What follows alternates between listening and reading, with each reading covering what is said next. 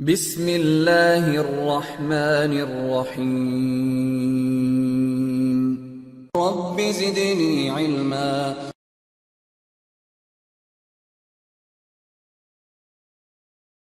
بسم اللہ الرحمن الرحیم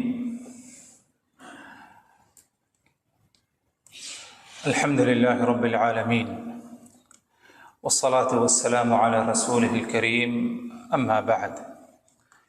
اللہ تبارک و تعالیٰ پر حمد و ثنا اور اس کے نبی کریم صلی اللہ علیہ وسلم پر بے شمار بے حد بے عدد درود و سلام کے بعد،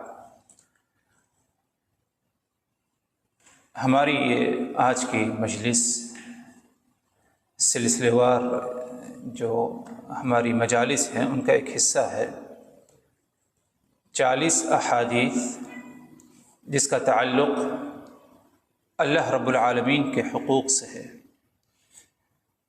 ان 40 احادیث سے متعلق ایک مجموعہ، ایک متن،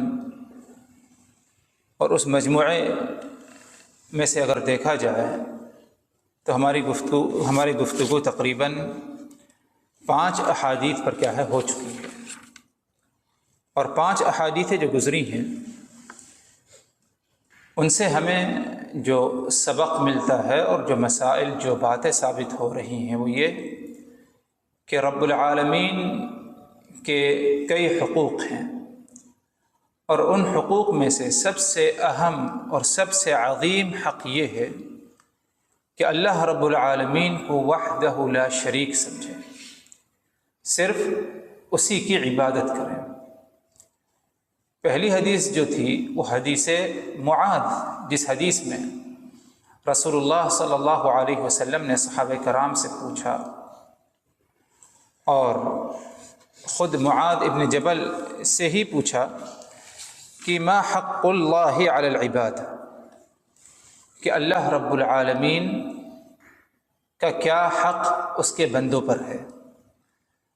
تو آپ صلی اللہ علیہ وسلم نے جواب ہی میں بتایا کہ سب سے عظیم اور سب سے اہم حق اللہ رب العالمین کا اس کے بندوں پر یہ ہے کہ بندے صرف اسی کی عبادت کریں، اس کے ساتھ کسی کو شریک نہ ٹھہرائیں۔ دوسری حدیث سے جو ہمیں سبق ملا تھا وہ یہ کہ جس شخص نے اللہ کو وحدہ لا شریک سمجھا، صرف اسی کی عبادت کی، اس کے ساتھ کسی کو شریک نہیں ٹھہرایا، تو اس کی برکت سے اللہ تبارک و تعالیٰ اس کے سارے گناہوں کو کیا ہے معاف فرما دے گا۔ یہ توحید کی فضیلت ثابت ہوئی تھی۔ ایک تیسری بات جو کہ تیسری حدیث سے جو بات ثابت ہوئی وہ یہ کہ کلمہ توحید اور اللہ کو وحدہ لا شریک سمجھنا، صرف اسی کی عبادت کی جائے، اس کے ساتھ کسی کو شریک نہ ٹھہرایا جائے، یہ ایک ایسا اہم مسئلہ ہے کہ اسی مسئلے کی طرف اور اسی بات کی طرف ہمیشہ ہمیں لوگوں کو کیا ہے دعوت دینی چاہیے۔ ہماری دعوت دین کی طرف ہم میں سے ہر ایک کو یہ فریضہ انجام دینا ہے، اور سب سے اہم اور اول درجے پر جس بات کی طرف ہم لوگوں کو دعوت دیں وہ توحید کی طرف دعوت دیں۔ ورنہ اگر ہم نے توحید کی طرف دعوت نہیں دی، سامنے والے کو نماز کی طرف دی، زکوٰۃ کی طرف، دیگر نیکیوں کی طرف، لیکن اس کے اندر شرک ہے، توحید کامل نہیں، تو اس کے دیگر اعمالوں کو کوئی اہمیت حاصل نہیں۔ اسی لیے تمام داعیوں کو جو بھی اللہ تبارک و تعالیٰ کی طرف دعوت دے جب کبھی، تو سب سے اہم بات جس کی طرف دعوت دے وہ توحید باری تعالیٰ کی طرف کیا ہے دعوت دے۔ چوتھی حدیث سے ہمیں جو بات ثابت ہوئی تھی وہ یہ کہ موحد کا ٹھکانہ جنت ہے اور مشرک کا ٹھکانہ انجام جہنم ہے۔ رسول اللہ صلی اللہ علیہ وسلم نے ہمیں اس کے بارے میں بتایا۔ پانچویں حدیث سے ایک اہم فضیلت توحید سے متعلق یہ ثابت ہوئی تھی کہ جس شخص کے اندر توحید مکمل طور پر پائے جائے، توحید کے تقاضوں کو پورا کیا، توحید اسی طرح پائے گئے جس طرح اللہ اس کے رسول نے ہمیں بتایا ہے۔ اگر توحید کی تحقیق اس کے اندر پائی گئی تو ایسا شخص جنت میں بغیر حساب و کتاب کی کیا ہے داخل ہوگا۔ اور اس سلسلے میں جو حدیث آئی تھی آپ حضرات کو یاد ہوگا گزشتہ ملاقات میں کہ رسول اللہ صلی اللہ علیہ وسلم نے بتایا کہ میری امت میں سے 70,000 افراد ایسے ہوں گے جو جنت میں اللہ تبارک و تعالی بغیر حساب و کتاب کے انہیں داخل فرمائے گا۔ اور جب آپ صلی اللہ علیہ وسلم سے پوچھا گیا کہ یہ 70,000 کون لوگ ہیں، کیا خوبیاں ہیں، ان کے کیا اعمال تھے، تو آپ صلی اللہ علیہ وسلم نے کیا ہے توحید سے متعلق چند اہم باتوں کے بارے میں بتایا کہ وہ بدشگونی نہیں کرتے، فال نہیں نکالتے، اور نہ تو کسی سے دم کرواتے ہیں، اپنا دم اپنے سے کرتا ہے انسان، کسی سے دم نہیں کرواتا، اور اسی طرح اپنے رب پر توکل اور بھروسہ اعتماد کرتے ہیں۔ تو جس کے اندر یہ خوبی پائی جائے گی تو وہ جنت میں بغیر حساب و کتاب کے اللہ تبارک و تعالی اسے داخل فرما دے گا۔ تو یہ توحید کی اہمیت، توحید کی فضائل ان احادیث سے ہمیں کیا ہے ملتے ہیں۔ اب جو اس مجموعے میں جو چھٹی حدیث ہے، نمبر 6 حدیث، اور آگے آنے والی احادیث میں ان باتوں کا ذکر ہے جو توحید کے منافی ہے، توحید کے برعکس معاملہ ہے، یا توحید کو متاثر کرنے والے جو معاملات ہیں ان کا ذکر ہے۔ اسی لیے چھٹی حدیث جو کہ مسند احمد کی روایت ہے، اس حدیث کے راوی حضرت عقبہ ابن عامر الجہنی رضی اللہ عنہ فرماتے ہیں کہ رسول اللہ صلی اللہ علیہ وسلم نے فرمایا من علق تمیمتا فقد اشرک، من علق تمیمتا فقد اشرک۔ صحیح حدیث رسول اللہ صلی اللہ علیہ وسلم سے مروی ہے۔ حدیث کا مفہوم یہ ہے جس نے تمیمہ لٹکایا فقد اشرک، تو گویا کہ اس نے شرک کیا۔ تمیمہ کسے کہتے ہیں؟ تمیمہ سے مراد ہر وہ چیز جسے لٹکائی جائے یا کسی خاص اہتمام کے ساتھ اسے رکھ دیا جائے، اس غرض کے کہ اس کے لٹکانے سے یا اسے رکھ دینے سے ہم شر سے محفوظ رہیں گے، اور اس کو لٹکانے سے، اسے رکھنے سے کیا ہے ہمیں خیر و بھلائی حاصل ہوگی۔ چاہے انسان اپنے بدن کے کسی حصے میں لٹکا دے، دیوار پر لٹکا دے، گاڑی میں لٹکا دے، اپنے کارخانے، اپنے آفس میں لٹکا دے، یا کسی خاص اہتمام کے ساتھ اسے رکھ دے، اور نیت کیا ہے کہ اس کو خاص اہتمام کے ساتھ رکھنا، اس کا اہتمام کرنا یا اسے لٹکا لینا، اس سے ہم کیا ہے بیماریوں سے، شر سے محفوظ رہیں گے، ہماری حفاظت ہوگی، اور اسی طرح ہمیں خیر و بھلائی کیا ہے حاصل ہوگی۔ اسے تمیمہ کہا جاتا ہے، چاہے کسی بھی مادے کا وہ بنا ہو اور کوئی بھی چیز اس پر لکھی ہو، اسے کیا ہے تمیمہ کہا جاتا ہے عربی زبان میں۔ تو آپ صلی اللہ علیہ وسلم فرما رہے ہیں من تعلق تمیمۃ فقد اشرک، جس نے تمیمہ لٹکایا فقد اشرک، تو گویا کہ اس نے کیا ہے شرک کیا۔ ہم اپنی زبان میں تمیمہ کے بارے میں سمجھ لیں، ہم تمیمہ کہتے ہیں جسے ہم اپنی زبان میں جانتے ہیں تعویذ۔ تو آپ صلی اللہ علیہ وسلم نے گویا کہ یہ فرمایا کہ جس نے تعویذ لٹکائی فقد اشرک، تو گویا کہ اس نے کیا ہے شرک کیا۔ ادھر یہ وضاحت کر دی جائے کہ کیا ہر قسم کی تعویذ کا حکم یہی ہے کہ بندے نے اگر تعویذ لٹکائی تو اس نے شرک کا ارتکاب کیا؟ اس میں تفصیل کی ضرورت ہے۔ نمبر 1، اگر وہ تعویذ ایسی ہے کہ جس میں یہ بات لکھی ہو، اس قسم کی بات لکھی ہو کہ جس میں غیر اللہ سے مدد طلب کی گئی ہو، اللہ کی ذات نہیں بلکہ غیر اللہ کا نام لے کر یا اس کی خاص پہچان کے ذریعے اس سے مدد طلب کی گئی ہو کہ ہمیں اولاد سے نواز دے، یا ہمیں شر سے، بیماریوں سے بچا دے، یا کوئی خیر و بھلائی اس سے طلب کی گئی ہو، اگر اس قسم کی باتیں اس تعویذ میں لکھی ہیں تو یہ شرک ہے، شرک اکبر ہے۔ کیونکہ خیر و شر کا مالک صرف اور صرف اللہ وحدہ لا شریک ہے۔ وہ تعویذ چاہے وہ بندھی ہو، پوشیدہ اندر چھپی ہو یا کھلی ہو، آپ کی نظر میں آتا ہو، اگر اس میں یہ چیز پائی گئی کہ غیر اللہ سے مدد طلب کی جا رہی، ایسے جملے ایسی باتیں اس میں پائی گئی کہ غیر اللہ سے مدد طلب کی جا رہی ہے، تو ایسی تعویذ کیا ہے؟ شرک ہے، اور اس شرک اکبر میں کیا ہے؟ داخل ہے، کیونکہ خیر و شر کا مالک کون ہے؟ اللہ وحدہ لا شریک کی ذات ہے۔ تو آپ صلی اللہ علیہ وسلم نے فرمایا کہ من علق تمیمۃ فقد اشرک، جس نے تعویذ لٹکائی تو گویا کہ اس نے شرک کیا۔ تعویذ کئی قسموں کی ہیں، پہلی قسم تعویذ کی وہ جس میں شرک اکبر کا ذکر ہو، ایسی بات لکھی چاہے عربی زبان میں ہو یا کسی اور زبان میں ہو، جس کا مفہوم یہ ہو کہ غیر اللہ سے مدد طلب کی جا رہی ہے، شر کو روکنے کی یا خیر و بھلائی طلب کرنے کی۔ اگر ایسی بات تعویذ میں لکھی ہے تو یہ شرک اکبر میں داخل ہے، اور یہی مفہوم رسول اللہ صلی اللہ علیہ وسلم کا فرمان ہے کہ فقد اشرک، جس نے تعویذ لٹکائی تو گویا کہ اس نے شرک کیا۔ ایک دوسری قسم تعویذ کی اس طرح ہے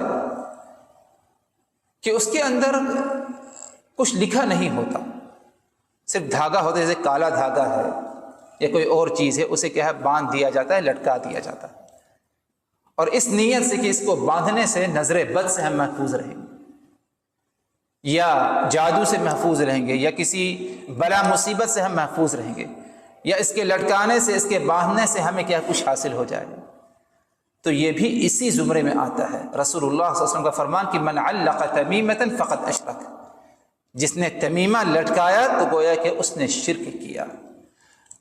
اس قسم کی تعویذ اور پہلی قسم کی تعویذ میں فرق یہ ہے کہ پہلی قسم کی جو تعویذ ہے وہ شرک اکبر ہے، لیکن دوسری قسم کی جو تعویذ ہے یہ شرک اکبر نہیں بلکہ کیا ہے؟ یہ شرک اصغر میں شمار ہوتا ہے، کیونکہ اس میں کوئی شرکیہ کلمات، شرکیہ باتیں نہیں موجود، صرف کوئی دھاگا ہے یا کوئی جلد ہے یا کوئی اور چیز ہے جسے کیا ہے؟ لٹکا دیا گیا، اس پر کچھ لکھا ہوا نہیں ہے، تو یہ بھی کیا ہے؟ شرک اصغر کے کیا ہے؟ زمرے میں آتا ہے، اس سے بھی ہمیں کیا ہے؟ اجتناب کرنا ہے۔ تیسری قسم تعویذ کی وہ ہے کہ جس میں قرآنی آیات لکھی ہوں یا نبی پاک صلی اللہ علیہ وسلم کی بتائی ہوئی مسنون دعائیں لکھی ہوں، یا اپنی زبان میں عربی مثلا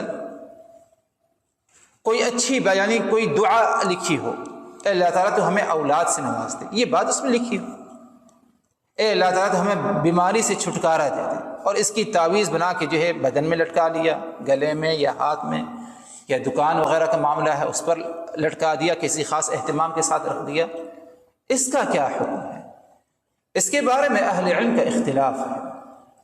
علماء کی ایک جماعت جس میں بعض صحابہ کرام بھی آتے ہیں، انہوں نے کہا کہ اگر قرآنی آیات یا مسنون دعائیں تعویذ میں لکھی گئی ہیں تو ایسی حالت میں تعویذ کا استعمال کیا جا سکتا ہے، اس میں کوئی مذاکرہ، کوئی حرج نہیں۔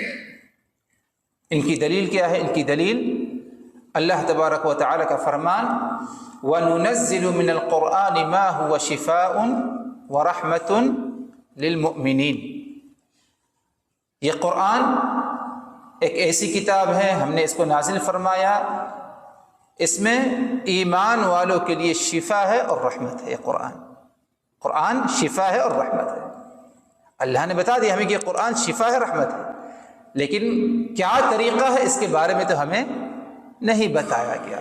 تو اس کا مطلب ہے ہر وہ طریقہ، ہر وہ راستہ جس میں قرآن کا استعمال ہو، چاہے وہ تلاوت کے ذریعے ہو، پڑھنے کے ذریعے ہو، دم کرنے کے ذریعے ہو، یا کہیں پر لکھ کر کے لٹکا دیا جائے، اہتمام کے ساتھ رکھ دیا جائے، تو وہ اسی زمرے میں آتا ہے کہ اس کے ذریعے کیا ہے؟ شفا حاصل ہو۔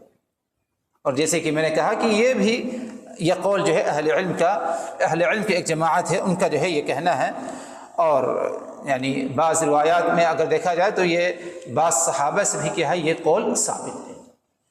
ایک دوسرا قول اہل علم کا اس مسئلے میں یہ ہے کہ تعویذ میں اگرچہ قرآنی آیات ہی لکھی کیوں نہ ہو، مسنون دعا ہی کیوں نہ لکھی ہو، لیکن اس سے بھی کیا ہے اجتناب کرنا ہی بہتر ہے ہمارے ہاتھ میں۔ اگرچہ اس میں قرآنی آیات لکھی ہوں، مسنون دعائیں لکھی ہوں، تب بھی اس تعویذ کا استعمال نہ کیا جائے۔ اور یہ بھی صحابہ کرام کی ایک جماعت ہے، اس کا یعنی ایک دوسری جماعت ہے جن کا یہ کہنا ہے، یہ قول ہے، اور امام احمد ابن حنبل رحمہ اللہ کا بھی یہ قول ہے، اور دیگر اہل علم نے اس قول کو کیا ہے منتخب فرمایا، اسے پسند فرمایا اور اسی قول کو راجح قرار دیا۔ اور یہاں تک لگتا ہے کہ واللہ اعلم کہ یہی قول راجح اور صحیح ہے، اور اسی پر کیا ہے عمل کیا جائے کہ تعویذ اگرچہ قرآنی آیات یا مسنون دعائیں ہیں اس میں کیوں نہ ہو، لیکن اس کی بھی تعویذ استعمال میں ہم کیا ہے نہ لائیں۔ کیوں؟ اس کی کئی وجہ پائی جاتی ہیں۔ اس کی ایک اہم وجہ یہ پائی جاتی ہے کہ رسول اللہ صلی اللہ علیہ وسلم کا جو فرمان گزرا ہے اور دیگر احادیث، ان میں آپ صلی اللہ علیہ وسلم نے ایک تعویذ دوسری تعویذ کو لے کر فرق نہیں بیان کیا، بلکہ مطلقاً فرمایا کہ من تعلق تمیمۃ فقد اشرک، جس شخص نے تعویذ لٹکایا تو گویا کہ اس نے شرک کا ارتکاب کیا، شرک کر بیٹھا۔ ادھر آپ نے یہ نہیں کہا کہ فلاں قسم کی تعویذ شرک میں ہے اور فلاں قسم کی تعویذ شرک کے زمرے میں نہیں آتی، تو ایک عام بات آپ نے کہی، عموماً آپ نے نہیں یعنی منع فرمایا تعویذ سے۔ تو اسی لیے اس حکم میں یعنی اللہ کے رسول صلی اللہ علیہ وسلم اس فرمان میں ہر قسم کی تعویذ اس میں داخل ہے، اگرچہ اس میں قرآنی آیات مسنون دعائیں ہی کیوں نہ لکھی ہوں۔ ایک دوسری وجہ جو بتائی جاتی ہے کہ اس قسم کی تعویذ کا استعمال نہ ہو اور اس کا حکم بھی حرام ہے، اور وجہ یہ ہے کہ سدا للذریعہ، کہ کہیں اس تعویذ کے استعمال کے ذریعے دوسری قسموں کی تعویذ جو حرام شرکیہ تعویذ ہے اس تک انسان نہ پہنچ جائے، کیونکہ بعض دفعہ انسان جائز اعمالوں کے ذریعے حرام تک پہنچ جاتا ہے، جائز عمل کے ذریعے انسان کرتے کرتے حرام کا بھی ارتکاب کر لیتا ہے، تو کہیں اس کا دروازہ نہ کھل جائے کہ ہم نے تعویذ لٹکائی ہے، اہتمام کیا ہے مثلا قرآن کی یا مسنون دعائیں اس میں لکھی ہیں، لیکن کل کو بہت ممکن ہے کہ انسان کوئی دوسری شرکیہ تعویذ کا بھی کیا ہے استعمال کر سکتا ہے۔ اسی لیے کیا ہے اس قسم کا دروازہ نہ کھلے، تو اہل علم نے کہا کہ اس قسم کی بھی تعویذ جس میں اگرچہ قرآنی آیات مسنون دعائیں ہیں اس کا استعمال نہ کیا جائے۔ ایک تیسری وجہ جو بتائی جاتی ہے وہ یہ کہ اگر قرآنی آیات یا مسنون دعاؤں کی تعویذ ہم نے اس کا اہتمام کیا، اسے لٹکا لیا یا اسے خاص اہتمام کے ساتھ کہیں پر رکھ دیا، تو ظاہر سی بات اس کی توہین ہو سکتی ہے۔ آپ کے بدن پر اگر اس قسم کی تعویذ لکھی ہے کہ جس میں قرآنی آیات مسنون دعائیں، ہو سکتا ہے آپ انجانے میں لاشعوری میں بیت الخلاء میں جا سکتے ہیں، اس کو پہنے آپ کوئی اور منکر عمل کر سکتے ہیں، تو اس میں توہین اہانت ہو سکتی ہے اس کی۔ اور ہمیں اللہ تبارک و تعالیٰ کا کلام، نبی پاک صلی اللہ علیہ وسلم کی جو فرمان ہیں مسنون دعائیں بتائی کی ہے، اس کی تعظیم، اس کا احترام کرنے کا ہمیں کیا ہے حکم دیا گیا ہے۔ تو یہ بھی ایک وجہ بتائی جاتی ہے کہ جس کی بنا پر کسی بھی قسم کی تعویذ ہو، اگرچہ اس میں قرآنی آیات مسنون دعائیں ہی کیوں نہ ہو، اس سے کیا ہے ہمیں اجتناب کرنا ہے، اس سے ہمیں گریز کرنا ہے۔ اس کی دلیل کیا ہے؟ دلیل رسول اللہ صلی اللہ علیہ وسلم کا فرمان من تعلق تمیمۃ فقد اشرک، جس شخص نے تمیمہ لٹکایا یعنی تعویذ لٹکائی یا بڑے خاص اہتمام کے ساتھ کہیں پر رکھ دیا، فقد اشرک، تو گویا کہ اس نے شرک کا ارتکاب کیا۔ وہ تعویذ کا استعمال کرنا ممکن ہے کہ شرک اکبر بھی ہو اور ممکن ہے کہ وہ شرک اصغر بھی ہو سکتا ہے، جیسے کہ تعویذ کی قسموں سے متعلق کیا ہے تفصیلات گزر چکی ہے۔ اسی لیے حضرت ابراہیم نخعی رحمہ اللہ کے بارے میں آتا ہے، وہ کہا کرتے تھے کانوا یکرہون التمائم کلھا من القرآن وغیر القرآن، کہ ہمارے اسلاف صحابہ کرام اس بات کو حرام سمجھتے تھے کہ کوئی تعویذ لٹکا دی جائے، چاہے وہ قرآن سے ہو یا غیر قرآن سے کیوں نہ ہو، کسی بھی قسم کی تعویذ ہو، ابراہیم نخعی رحمہ اللہ فرماتے ہیں کہ ہمارے اسلاف اسے کیا ہے حرام سمجھا کرتے تھے، اور بھی دیگر دلائل پائے جاتے ہیں آثار صحابہ آثار تابعین، جس کا خلاصہ یہی ہے کہ مطلقاً کسی بھی قسم کی تعویذ ہو اس کا حکم کیا ہے؟ حرام ہے۔ ہاں یہ بات الگ ہے کہ حرمت میں تعویذ کا جو معاملہ ہے سب کا درجہ برابر نہیں، بعض تعویذات ایسے ہو سکتی ہیں جو کہ شرک اکبر ہے، اور بعض تعویذات ایسی ہو سکتی ہیں جو کہ شرک اصغر کے زمرے میں آتی ہیں۔ ادھر ایک مسئلہ اور بیان کر دیا جائے، اور وہ یہ کہ قرآنی آیات وغیرہ لٹکانا تبرک کی نیت سے، برکت کی نیت سے، اسے لٹکانے کا کیا حکم ہے؟ یا زینت کی نیت سے، جیسے کہ آج ہم اپنی گاڑیوں میں لٹکا دیتے ہیں، آیت الکرسی ہو یا سورہ فاتحہ ہو یا قرآن کا چھوٹا نسخہ ہو، یا گھروں میں جو ہے آفسوں میں بڑے اہتمام کے ساتھ خوب مزین طریقے سے اس کو فریم وغیرہ میں بنا کر رکھ دیا جاتا ہے، اور اگر پوچھا جائے تو ادھر یہ نیت نہیں کہ تعویذ ہے، بلکہ ایک زینت، ایک خوبصورتی کا منظر ہو یا تبرک کی نیت ہو۔ اس کا کیا حکم ہے؟ اس کے بارے میں اگر دیکھا جائے تو اس سے بھی ہمیں کیا ہے؟ اجتناب کرنا چاہیے، بلکہ بقول بعض اہل علم یہ بدعت اور منکر میں داخل ہے۔ کیوں بدعت منکر میں داخل ہے؟ کیونکہ اس میں اگر دیکھا جائے نبی پاک صلی اللہ علیہ وسلم کا یہ عمل نہیں رہا، نہ تو صحابہ کرام کا یہ عمل رہا۔ قرآن لٹکانے کے لیے یا کہیں پر کسی خاص اہتمام کے ساتھ کونے میں رکھ دینے کے لیے نازل نہیں ہوا ہے، بلکہ قرآن تلاوت کرنے کے لیے۔ یہ قرآن کا سب سے اہم حق ہے کہ قرآن کی تلاوت کی جائے، اس کا معنی مفہوم سمجھا جائے اور اس پر عمل کیا جائے۔ قرآن صرف اس لیے نازل ہوا، کہیں پر بھی کوئی ثبوت نہیں ملتا رسول صلی اللہ علیہ وسلم کے فعل سے، عمل سے، یا صحابہ کرام یا ائمہ کرام یا ہمارے اسلاف، کسی کا یہ عمل نہیں پایا جاتا کہ قرآن کو تبرک یا زینت کی نیت سے کیا ہے کہیں پر کیا ہے لٹکا دیا جائے یا اسے کیا ہے رکھ دیا جائے۔ قرآن اس کے لیے نہیں نازل ہوا۔ ہاں البتہ یہ بات الگ ہے کہ ہم اپنے دلوں کو، اپنے آپ کو قرآن سے مزین کریں، اور وہ اس وقت ہوگا جب قرآن کی تعلیمات پر ہم کیا ہے عمل کریں گے۔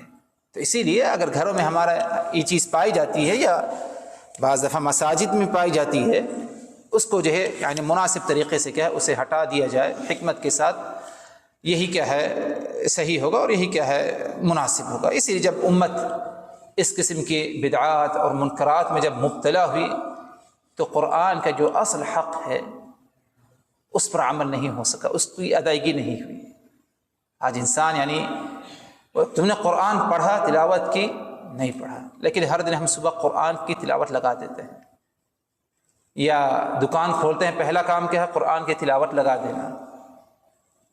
وہ تلاوت تم نے لگا دی ٹھیک، لیکن کیا تم اسے سن رہے ہو؟ نہیں سن رہے، نہ تو تم نے اپنا کان ادھر لگایا ہے بلکہ کسی اور کام میں تم مشغول ہو، بزی ہو، مشغول ہو۔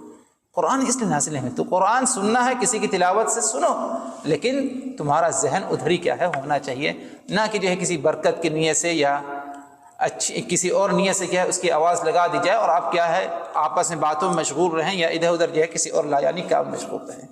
تو المہم کہنا یہ تھا کہ جو چھٹی حدیث ہے اس سے جو مسئلہ ہمیں ثابت ہو رہا وہ یہ کہ تعویذ کا اہتمام کرنا، چاہے اسے لٹکا دیا جائے یا کہیں پر رکھ دیا جائے کسی خاص اہتمام کے ساتھ، شفا کے ذریعے نیت سے یا کسی بلا سے چھٹکارے کی نیت سے یا خیر و بھلائی حاصل کرنے کی نیت سے، ایسا کرنا کیا ہے توحید کے منافی ہے، گویا کہ ایسا عمل کیا ہے شرک ہے۔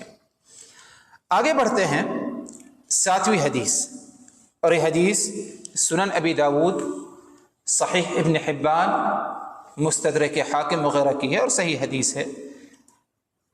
حدیث کے راوی حضرت عبداللہ ابن مسعود رضی اللہ عنہ فرماتے ہیں سمعت رسول اللہ صلی اللہ علیہ وسلم یقول ان الرقى والتمائم والتولة شرک۔ میں نے رسول اللہ صلی اللہ علیہ وسلم کو فرماتے ہوئے سنا، کیا فرماتے ہوئے سنا؟ ان الرقى والتمائم والتولة شرک. 3 اعمال ایسے ہیں جو کہ یہ شرک ہے. پہلا عمل آپ نے فرمایا ان الرقى، یقیناً رقیہ کرنا، دم کرنا. یہ والتمائم، تمائم تمیمہ یعنی تعویذ. اور تیسری چیز والتولہ، تولہ. یہ تینوں چیزیں کیا ہے؟ شرک ہے.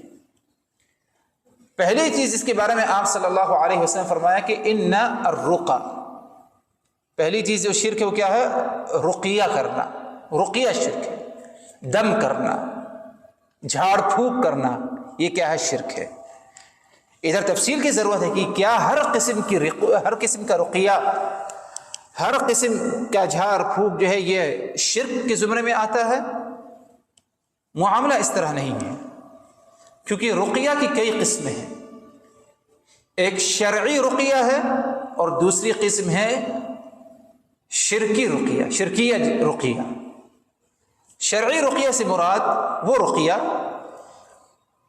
جس میں قرآنی آیات ہوں، مسنون دعاؤں کے ذریعے کیا ہے؟ جھاڑ پھونک کیا جائے. کوئی بیمار ہے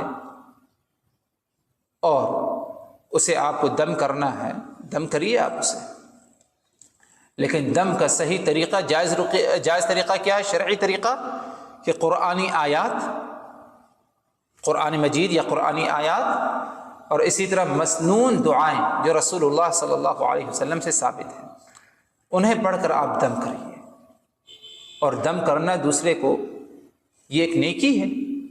آپ صلی اللہ علیہ وسلم نے خود فرمایا کہ تم میں سے اگر کوئی اپنے بھائی کو نفع فائدہ پہنچا سکتا ہے دم جھاڑ پھونک کے ذریعے تو اسے دم ضرور کرے. تو اگر دیکھتے ہیں کہ کہیں پر جو ہے کوئی دم کی کسی ضرورت ہے جھاڑ پھونک کی، تو اسے جھاڑ پھونک کر دینا چاہیے بغیر اس کے طلب کیے. یہ نیکیوں میں داخل ہے، کیونکہ آپ نے اس کے ساتھ بھلائی کا معاملہ کیا، اور دوسروں کے ساتھ بھلائی کرنا یہ نیکی ہے، اس پر کیا ہے؟ اجر و ثواب ہے. تو آپ صلی اللہ علیہ وسلم فرمائے ان الرقى، کہ رقیہ کرنا، دم کرنا یہ کیا ہے؟ شرک ہے. لیکن ہر قسم کا رقیہ شرک نہیں ہے. جو شرعی رقیہ ہے، قرآنی آیات، مسنون دعائیں، پیارے پیارے کلمات کے ذریعے جو رقیہ کیا جاتا ہے، یہ شرک نہیں، بلکہ ایسا رقیہ شرک ہے کہ جس میں قرآنی آیات نہ ہو، مسنون دعائیں نہ ہوں، بلکہ کوئی اور اسلوب، کوئی اور طریقہ جھاڑ پھونک کو اختیار کر دیا. ایسی باتیں کہتا ہو جھاڑ پھونک میں، آمنے سامنے جو لوگ بیٹھے ہیں ان کو سمجھ میں نہیں آتا، نہ تو وہ عربی زبان میں ہے، اگر غیر عربی زبان میں بھی ہے تو اس کی باتیں سمجھ میں نہیں آتی. جیسے کہ بعض لوگ کرتے ہیں رقیہ دم، یا سنانا نہیں چاہتے، آہستہ آہستہ پڑھتے ہیں، طلب کرتے بھائی تم نے کیا پڑھا؟ نہیں بھائی یہ تمہارے کام کی چیز نہیں، وہ میرے اور دوسرے کے درمیان کا معاملہ ہے، میں کیا پڑھ کے دم کرتا ہوں، تمہیں اس کی جاننے کی ضرورت نہیں. اگر اس قسم کا معاملہ ہے اس قسم کا معاملہ ہے دم کرنے میں، جھاڑ پھونک کروانے میں، تو یہ کیا ہے؟ شرک کے زمرے میں آتا ہے. کیونکہ شرعی رقیہ اگر دیکھا جائے اس میں 3 چیزیں ضرور پائی جانی چاہیے. اگر یہ 3 باتیں اس میں پائی گئیں تب جا کر کے وہ شرعی رقیہ شمار ہوگا. نمبر 1 کہ رقیہ دم، جھاڑ پھونک، قرآنی آیات اور مسنون دعاؤں کے ذریعے ہو، یہ پہلی شرط ہے. نمبر 2 دم، جھاڑ پھونک عربی زبان میں ہو، اور بالخصوص جسے عربی بولنے آتی ہو، عربی میں دم کرنا آتا ہو. ہاں اگر کسی کو عربی نہیں آتی، قرآنی آیات نہیں پڑھ پاتا مثلا، تو اگر وہ جائز کلمات اور اچھے الفاظوں کے ذریعے اللہ تبارک و تعالیٰ کے اسماء الحسنی کو لے کر اگر دعا کرتا ہے اللہ تعالیٰ تو شفا دینے والا ہے تو اسے شفا دے دے، یعنی ان کلمات کے ذریعے اگر کوئی دم کرتا ہے، جھاڑ پھونک کرتا ہے تو ٹھیک ہے، لیکن کوشش یہ رہے کہ عربی زبان میں ہو. تیسری جو شرط ہے، یہ بھی ایک اہم شرط ہے، وہ یہ کہ جب دم کر رہا ہے انسان اور جس پر دم ہو رہا ہے، دونوں کی کبھی یہ نیت نہ ہو کہ اس میں شفا ہے، بلکہ یہ نیت ہو، عقیدہ ہو کہ یہ ایک سبب ہے، ذریعہ ہے، ورنہ شفا دینے والا کون ہے؟ اللہ وحدہ لا شریک ہے. شفا دینے والا اللہ وحدہ لا شریک ہے. یہ نہ سمجھے کہ انسان شفا دینے والا یہ دم ہے یا یہ تعویذ ہے یا یہ جھاڑ پھونک ہے یا جو بندہ دم کر رہا ہے وہ شفا دے گا. یہ عقیدہ نہ ہو، بلکہ یہ عقیدہ ہو، یہ سوچ ہو کہ یہ ایک ذریعہ ہے، ایک سبب ہے. جیسے کہ دوائی ہم استعمال کرتے ہیں اپنی بیماریوں کے علاج کے لیے، تو دوائیوں کے استعمال میں بھی ہم یہ نہ سوچیں کہ اس میں شفا ہے، یہ شفا دے گا ہمیں، بلکہ یہ ذریعہ سبب ہے. شفا دینے والا کون ہے؟ اللہ وحدہ لا شریک ہے. جب یہ تین شرطیں، یہ تین باتیں پائی جائیں گی، تب جا کر کے آپ کا یہ دم اور یہ جھاڑ پھونک کیا ہے، شرعی دم کیا ہے، شرعی رقیہ کیا ہے کہلائے گا. ورنہ اگر ان تینوں میں سے کوئی بھی ایک شرط نہیں تو گویا کہ وہ دم یا وہ جھاڑ پھونک جو ہے وہ شرعی نہیں ہوگا، بلکہ کیا ہے، بدعت کی کیا ہے زمرے میں آتا ہے. تو اسی لیے آپ صلی اللہ علیہ وسلم نے فرمایا کہ ان الرقیہ، کہ رقیہ شرک ہے. تو ادھر رقیہ سے مراد شرعی رقیہ نہیں ہے. شرعی رقیہ کرنا چاہیے ہمیں، لیکن مراد ادھر شرکیہ رقیہ ہے. اور شرکیہ رقیہ کب ہوگا؟ جب انسان غیر اللہ سے استغاثہ، مدد طلب کرے اور ایسی باتیں جملوں کے ذریعے دم کرے جو کہ عام طور پر لوگوں کو سمجھ میں نہ آئے. تو اس قسم کا دم کروانا یا کرنا یہ کیا ہے، ناجائز ہے. اور اسی سے یعنی رسول اللہ صلی اللہ علیہ وسلم کا جو ہے آپ صلی اللہ علیہ وسلم کے مفہوم جو حدیث ہے اس کا بھی یہی مفہوم ہے کہ ان الرقیہ کی رقیہ شرک ہے. اس کا مطلب کہ شرکیہ قسم کی جو رقیہ ہے اس سے کیا ہے، ہمیں اجتناب کرنا ہے. شرعی جو رقیہ ہے اس کے کرنے کا طریقہ کیا ہے؟ اس کے کرنے کے کئی طریقے ہیں. چاہے آپ کو اپنے اوپر کرنا ہو یا دوسرے پر رقیہ کرنا ہو، اس کے کئی طریقے ہیں. پہلا طریقہ تو یہ ہے اس کا جو کہ خود ثابت ہے رسول اللہ صلی اللہ علیہ وسلم سے، وہ یہ کہ ہم رقیہ پڑھیں، یعنی جو مسنون دعائیں ہیں، قرآنی آیات ہیں، ان سے پڑھیں، اور اس کے بعد ہم اپنے بدن پر یا جو سامنے جو مریض ہے جس پر دم کر رہے ہیں اس پر کیا ہے، یعنی دم کر دیں. یعنی تھوک جیسے جو ہے انداز اپنایا جائے اور اس پر کیا ہے، دم ہو جائے. یہ ایک طریقہ ہے. دوسرا طریقہ جو رقیہ کرنے کا ہے وہ یہ کہ انسان اپنے ہاتھوں پر دم کرے اور وہ ہاتھ سامنے والے پر کیا ہے، دم کرنے کے بعد کیا ہے، پھیر دے. یا اسے اپنے اوپر اگر کرنا ہے تو اپنے اوپر، اپنے بدن پر کیا ہے، جہاں تک اس کا ہاتھ پہنچتا ہے یا بدن کے جس حصے میں تکلیف ہے اس حصے پر کیا ہے، دم کرنے کے بعد اپنے ہاتھوں کو کیا ہے، دونوں ہاتھوں کو کیا ہے، پھیر دے. یہ ایک طریقہ ہے. تیسرا ایک طریقہ یہ ہے کہ جہاں پر تکلیف ہے، جس حصے میں، چاہے انسان کا اپنا معاملہ ہو یا سامنے والے کا معاملہ ہو، تو جس حصے میں تکلیف ہے اس حصے پر اپنا ہاتھ رکھ کر پڑھے اور دم کر لے. یہ بھی ایک مشروع طریقہ ہے. یہ 2 یا 3 تقریباً جو ہے اہم مشروع طریقے جو رسول اللہ صلی اللہ علیہ وسلم سے ثابت ہیں. رہی بات جو دوسرے جو طریقے ہیں، جیسے کہ پانی میں دم کرنا، اس پانی کو پینا یا نہانا جائز طریقہ ہے، بعض اسلاف سے یہ ثابت ہے. اسی طرح اور بھی کچھ جو ہے طریقے ہیں، لیکن یہ جو طریقے جو بتائے گئے ہیں یہ مشہور اور جو ہے زیادہ کیا ہے، معروف طریقے پائے جاتے ہیں. تو یہ رقیہ سے متعلق ہے کہ رقیہ شرک اس وقت ہے جب اس وقت ہوگا جب رقیہ شرکیہ پایا جائے گا، ورنہ شرعی رقیہ ہے تو وہ شرک کے زمرے میں نہیں آتا. آگے فرمایا آپ صلی اللہ علیہ وسلم نے والتمائم، اور اسی طرح تمائم بھی شرک ہے. تمائم تمیمہ کا جمع ہے، اور تمیمہ سے مراد تعویذ ہے. چاہے وہ بدن میں لٹکا لی جائے، دکان میں، آفس میں، مسجد میں، کہیں اور لٹکا دیا، گاڑیوں میں لٹکا دیا جائے. لٹکائی ہوئی چیز جو ہے برکت شر کو روکنے کے لیے یا خیر حاصل کرنے کے لیے اگر کسی چیز کو لٹکا دیا جائے تو اسے تمیمہ، اسے تعویذ کہا جاتا ہے. تو آپ صلی اللہ علیہ وسلم نے کہا کہ یہ بھی کیا ہے، شرک ہے. اور اس سے متعلق تفصیل ہماری کیا ہے، اس سے پہلے جو حدیث گزری ہے اس میں ہو چکی ہے. ایک اہم بات جو نئی چیز ادھر یہ ہے، ایک دوسری چیز وہ یہ ہے والتیوالہ، تیوالہ بھی شرک ہے. تیوالہ کسے کہتے ہیں؟ تیوالہ کہتے ہیں کوئی ایسا عمل کیا جائے کہ 2 لوگوں کے درمیان محبت پیدا کرنے کے لیے اور بالخصوص دو جوڑے ہیں، میاں بیوی ہیں، مرد عورت ہیں، ان دونوں کے درمیان محبت پیدا کرنے کے لیے، محبت ڈالنے کے لیے کوئی خاص عمل کیا جائے، چاہے وہ حسی عمل ہو، محسوس ہوتا ہو، یا معنوی طور پر عمل ہو، کچھ پڑھ کر پھونک مارنا یا کچھ کرنا، دم کرنا، وہ بھی اسی زمرے میں آتا ہے۔ اسے کیا ہے؟ تیولا کہا جاتا ہے۔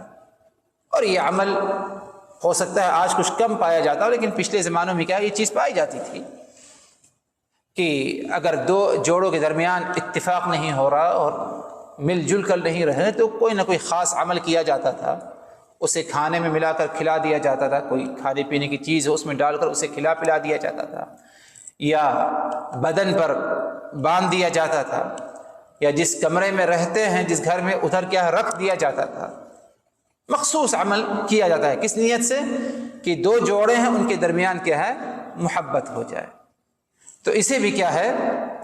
شرک کے زمرے میں رسول اللہ صلی اللہ علیہ وسلم نے قرار دیا اور کہا وَالتِّوَلَةَ الشِّرْكِ کہ تیولا یہ بھی کیا ہے؟ شرک کے زمرے میں ہے، کیونکہ ادھر نیت کیا ہے کہ اس عمل کے ذریعے، اس خاص عمل کے ذریعے کیا ہوگا؟ آپس میں محبت ہو جائے گی۔ محبت اس عمل کے ذریعے نہیں ہوتی، محبت کا جو معاملہ ہے وہ اللہ تبارک و تعالیٰ کے حوالے ہے۔ اللہ تبارک و تعالیٰ سے دعا کرنی چاہیے کہ اللہ تعالیٰ ہم دونوں کے درمیان ایک دوسرے کی خیرخواہی، ایک دوسرے کی ہمدردی، ایک دوسرے کی محبت ہمارے دلوں میں کیا ہے؟ پیدا کر دے۔ اور اس کے لیے کیا ہے؟ جد و جہد کوشش کرنی چاہیے۔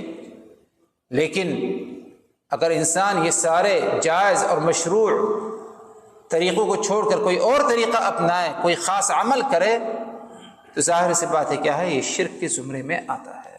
تو آپ صلی اللہ علیہ وسلم کا فرمان ان الرقى والتمائم والتیولة شرک، کہ رقیہ کرنا، دم کرنا، تعویذ لٹکانا، تعویذات کا اہتمام کرنا، اسی طرح تیولا یعنی ایک ایسا خاص عمل کرنا کہ میاں بیوی آپس میں مل جل کر محبت کے ساتھ رہیں، کوئی خاص عمل کرنا، یہ سب کیا ہے؟ شرک ہے۔ یہ شرک اکبر بھی ہو سکتا ہے کیونکہ اس کی بھی قسمیں ہیں، اور یہ شرک اصغر بھی ہو سکتا ہے۔ تو کہنے کا مقصد یہ تھا ان دونوں احادیث کے ذریعے محترم حضرات کہ ہماری جو گفتگو گزری ہے، یعنی اس سے پہلے جو احادیث گزری ہیں 5 احادیث، اس میں توحید کی اہمیت، توحید کی عظمت اور فضیلت کا ذکر ہے۔ اب آگے جو احادیث آئی ہیں، جیسے کہ آج دو حدیثیں آپ حضرات کے سامنے رکھی گئی، ان میں رسول اللہ صلی اللہ علیہ وسلم نے ان خاص اعمالوں کا ذکر کیا بالخصوص جس کا شمار شرک میں آتا ہے۔ تعویذ ہے، اور یہ اگر دیکھا جائے ہمارے سماج، ہمارے معاشرے میں پایا جاتا ہے۔ تعویذیں لٹکانا، چاہے گلے میں لٹکا دیں، ہاتھ میں لٹکا دیں، پیٹ یا ناف کے آس پاس کے حصے میں باندھ دیا جائے، کاروبار نہیں چل رہا ہے تو دکان میں لٹکا دی جائے، گاڑی خریدی ہے، گاڑی آپ کے پاس سواری ہے اس میں لٹکا دیا جائے، یا کچھ اور پھل ہے یا کوئی مرچ مسالہ وغیرہ ہے جسے گاڑی کے نیچے آگے سامنے کے حصے میں لٹکا دیا جاتا ہے۔ نیت ہماری صحیح ہے، نیت غلط نہیں، کہ نیت کیا ہے؟ اس سے ہم کیا ہے؟ نظر بد سے، فلاں شر سے محفوظ رہیں گے، لیکن طریقہ جو ہم نے اپنایا ہے اس شر سے محفوظ رہنے کے لیے، بچنے کے لیے، وہ طریقہ صحیح نہیں ہے۔ شر سے بچانے کے لیے کون ہے؟ اللہ وحدہ لا شریک ہے۔ آپ صبح و شام کی اذکار کی دعاؤں کا اہتمام کریں، دینی تعلیمات کی پابندی کریں، نماز کی پابندی کریں۔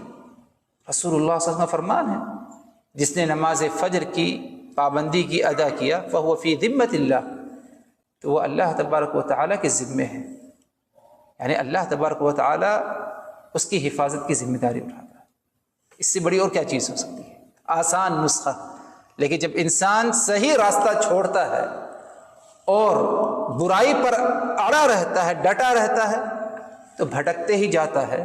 اللہ نے آپ کو عزت دی، رسول نے عزت حاصل کرنے کا طریقہ بتایا کہ خیر و شر کے بارے میں اگر سوال کرنا، خیر سے حاصل کرنا ہے، شر سے بچنا ہے تو اللہ کی طرف رخ کرو۔ لیکن ہم اپنے آپ کو اللہ کی نافرمانی کرتے ہوئے ذلیل و خوار کرتے ہیں۔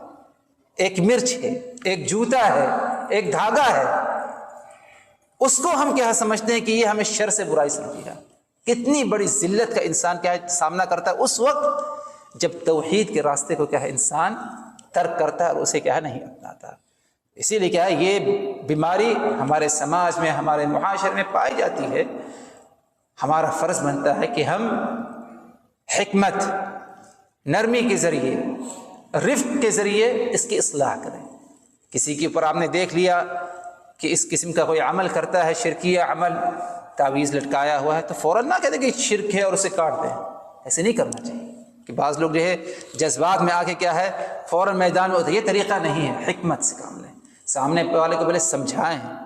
یقیناً وہ سمجھے گا آپ کی بات، کیونکہ اس کا اللہ اس کے رسول پر ایمان ہے. رسول کا فرمان رکھیے. ہو سکتا ہے یہ حدیث کہ من تعلق تمیمۃ فقد اشرک، جس نے تعویذ لٹکائی گوئے کہ اس نے شرک کیا. بہت ممکن ہے کہ آج تک اس نے اس حدیث کو سنا بھی نہیں ہو، اس تک پہنچی نہ ہو. تو آپ نے اس حدیث کو سن لیا، سمجھتے ہیں اس مسئلے کو، اس کے بارے میں اسے بتائے کہ تم رسول پر ایمان رکھتے ہو، رسول سے محبت ہے، رسول کی تمام باتیں کو مانتے ہو. اللہ کے رسول کا ایک فرمان یہ بھی ہے، اس پر عمل کرو اور تعویذ کو کیا ہے لٹکا دو. ہو سکتا ہے شاید نہ مانے فوراً، کیونکہ ایک عقیدہ اس کا ہو گیا ہے، اس کا ایک عقیدہ ہو گیا، یقین ہو گیا ہے، اس کا دل جڑ گیا ہے اس تعویذ سے. لیکن یہ آپ کا فرض بنتا ہے کہ آپ اسے کس طرح کیا ہے اعتماد میں لاتے ہیں اور کس طرح اللہ تبارک و تعالیٰ کے راستے پر، توحید خالص پر کیا ہے اس کو لے آتے ہیں. اس مرض کو اپنے معاشرے سے، سماج سے ختم کرنا یہ ہم میں سے ہر ایک کا کیا ہے فرض بنتا ہے. اللہ تبارک و تعالیٰ ہم سبوں کو یعنی اس قسم کی شرکیہ اعمال سے، تعویذ گنڈوں سے اور شرکیہ قسم کی دم جھاڑ پھونک سے اور دیگر جو ہے شرکیہ اعمال سے اللہ تبارک و تعالی ہم سبوں کو محفوظ رکھے. اور جو اس میں مبتلا ہے اللہ تبارک و تعالی ان کی کیا ہے ہدایت، انہیں ہدایت دے. باقی کچھ باتیں رہ جاتی ہیں اور مزید باتیں احادیث سے متعلق انشاءاللہ اگلی ملاقات میں. اقول قولی ھذا واستغفر اللہ لی ولکم من کل ذنب فاستغفروہ انہ هو الغفور الرحیم.